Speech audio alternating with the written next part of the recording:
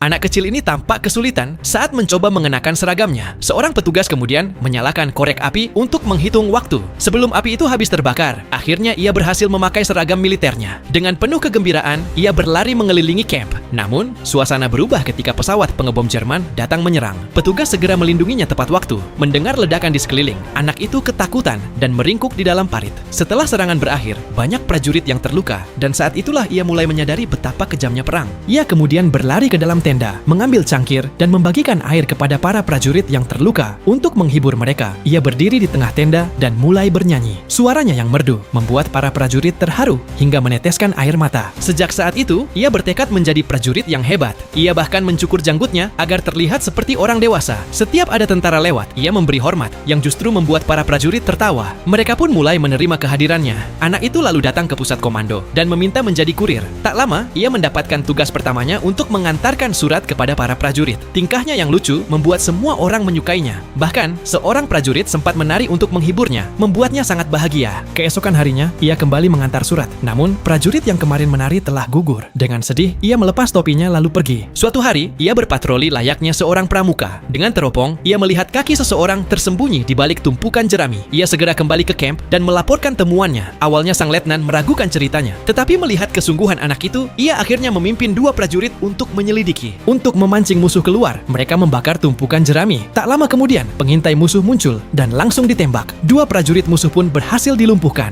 Anak itu kemudian berjalan menembus kabut sambil membawa ransel berisi radio yang digunakan untuk memberikan koordinat pengeboman kepada angkatan udara. Ia telah melakukan tugas besar, tetapi tidak pernah menyombongkannya. Sebagai balasan, musuh melancarkan serangan besar. Di tengah hujan ledakan, anak itu menyeret kotak amunisi di dalam parit untuk membantu rekan-rekannya. Ia tetap berani meski situasi sangat berbahaya. Seorang veteran berterima kasih kepadanya, dan ia membalas dengan hormat. Saat kembali ke pos komando, ia mendengar jalur komunikasi telah terputus. Melihat kepanikan petugas, ia segera berlari keluar. Ia mengikuti jalur komunikasi, merangkak keluar dari parit, dan bergerak maju ke medan perang untuk menyambungkan kabel yang terputus. Berkat usahanya, komunikasi berhasil dipulihkan, dan musuh pun berhasil dipukul mundur. Aksi heroiknya sampai ke telinga sang jenderal. Ia pun dianugerahi medali kehormatan. Padahal, anak laki-laki itu baru berusia 6 tahun, dan kisah ini benar-benar nyata. Semoga tidak ada lagi anak-anak di dunia yang harus merasakan kerasnya perang. Lebih baik berperang di game FF saja.